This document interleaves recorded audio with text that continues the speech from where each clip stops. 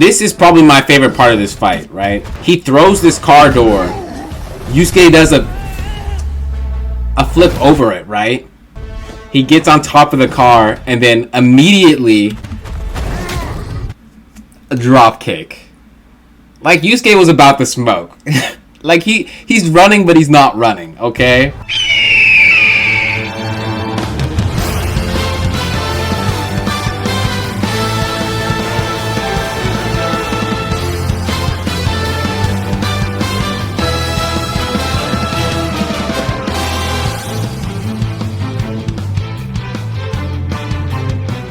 Let's talk about the YuYu Hakusho Live Action. Now, I just watched the YuYu Hakusho Live Action, and I have a lot to say about this. There's a lot of good moments, and there's a lot of bad moments. Honestly, I'm glad that they did end up making this live action, but needless to say, there's a lot to say about this, especially considering that, like, we're still going into new territory in terms of, like, anime and live action. Like, we got the One Piece live action. It's like, oh, so great. It was, like, so almost close to exactly the anime and manga, but the Yu Yu Hakusho, it's a little different. I want to say it took like the opposite direction comparing it to the anime or the manga. It kind of creates its own story. Now, where to start? Let's start with the characters. Of course, behind me, let's move my left head right here. We have Hiei, Yusuke, Kurama, and if you can see right here, we also have Kuwabara. They look good for the most part. I'm not gonna lie.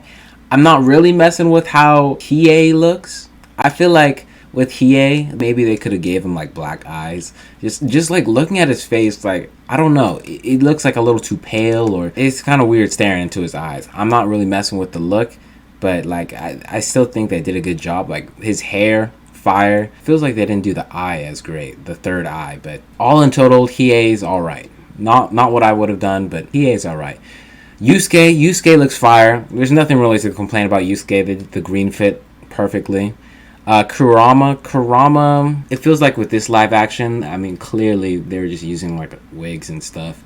And Kurama's wig just doesn't look like that great to me. It looks like a little off. And of course, Kuwabara actually I feel like looks better here, because in the anime he looks like he's supposed to look all a little bit more ugly and all this sort of stuff, but in this live action he looks decent. He looks good. Honestly, I think of any of the characters that got like an upgrade from the anime to the live action, it's definitely Kuwabara. Kuwabara has done justice. Like he has like this whole sense of justice and urgency to get stronger in this live action versus in the show, where in the show he's more goofing around more often, and his character is a little bit more, you know, lighthearted, funny, that type of thing. Now, there is a few more characters I do want to talk about. I'm not really going to talk about all of them, but I do want to talk about Koenma. They did give a different look. I mean, not a different look. They made him not a baby. In the anime, he takes this baby form, and he only really takes the form of an adult when he goes to the Dark Tournament, which I guess this fits because in this show, they do go up to the Dark Tournament. We're going to get into that in a second. I actually do like how he looks as the adult, but they take out that whole part of it, him actually being a baby and still being a baby. And the only thing they have for that is that he still has a pacifier in his mouth. In that sense, it makes it feel more like this is just service. This is a fan service to the people who actually watched Yu Yu Hakusho. If you were to watch this without knowing anything about Yu Yu Hakusho, you would think that like, oh, okay, this guy he's a god, but he just has a pacifier in his mouth. It's a little weird, right? That's all I want to talk about in terms of characters. I feel like for the most part they did the characters pretty good. Now this next part I want to talk about is subbed or dubbed. What should you watch it in if you watched it at all, or if you have any plans for watching it? So when I first started out for the first episode, I was trying to decide what should I watch it in, subbed or dubbed, right? I watched the original anime in dubbed because I feel like older anime have a better dub than sub, so that's just my opinion, right? But this anime wasn't made primarily in English dubbed. It was Japanese dubbed, so you'd have to use English subtitles for the Japanese dub to actually match their faces and, you know, their mouths. But if you do the English dub, their mouths are going to be a little off because they're not actually saying that stuff. They're speaking Japanese, right? And so that was the main problem with me even attempting to watch the English. So I decided I was going to watch it in subbed, and I was pretty adamant on that until Yusuke died and Botan appeared. At that point I couldn't, because like I changed it back to English, and Botan's voice in English is way better than it is in subbed. I really feel like Botan's English dubbed voice sounds almost exactly like her English dubbed voice in the anime. So I was like, okay, if I'm hearing Botan the anime, I need to watch the English dub. So after that point, I watched everything on English dubs.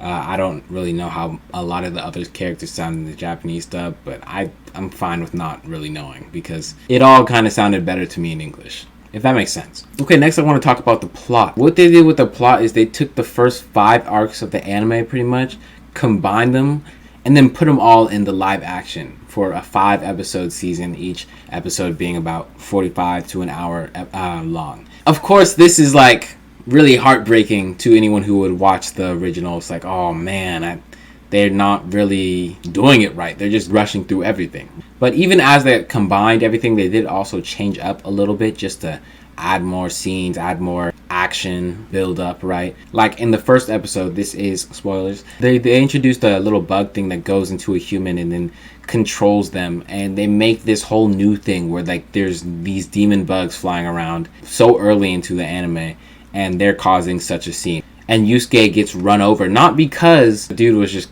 carelessly driving, but because he was possessed by one of these demon bugs and he got to Yusuke, right? That's a little different. I feel like they don't really continue more on that. Like, they're just like, oh, you have to find the source of where it's coming from. They don't really do anything to progress the getting rid of the bugs that are already in the society and stuff, but that's fine, I guess. You know, it was just kind of like a clean introduction, something new that they did that's not really following along with the anime, but it does kind of just get dropped as a plot point. Anyway, more on the combining the 4 arcs. The biggest question is, like, you know, why would they do this? Why would they combine 5 arcs? And I think the answer is that they didn't really believe in the YuYu Hakusho live action.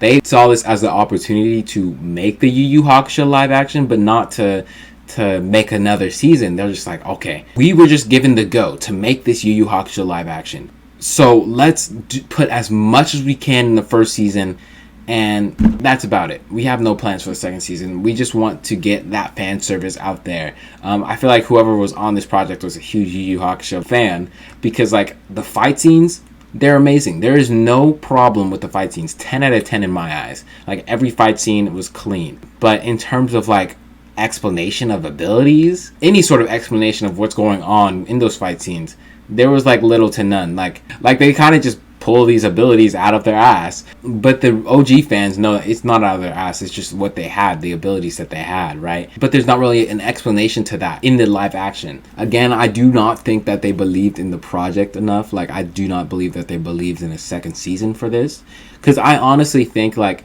if they're going to combine a bunch of arcs for the first season, they didn't have to get to Toguro. They didn't have to do the whole Dark Tournament. I feel like the best place to end maybe was when Yusuke goes to the demon world, when there's a bunch of zombies in the village and they're all trying to kill Yusuke's girl and stuff. Like, that would be like the best arc, I would think, because everyone has their moment in that arc. Yusuke ends up fighting a dude that has lightning powers, so it would have been a great climax. But no, they instead decided to wipe all of that. They decided to wipe all the cool characters that were in the Dark Tournament arc.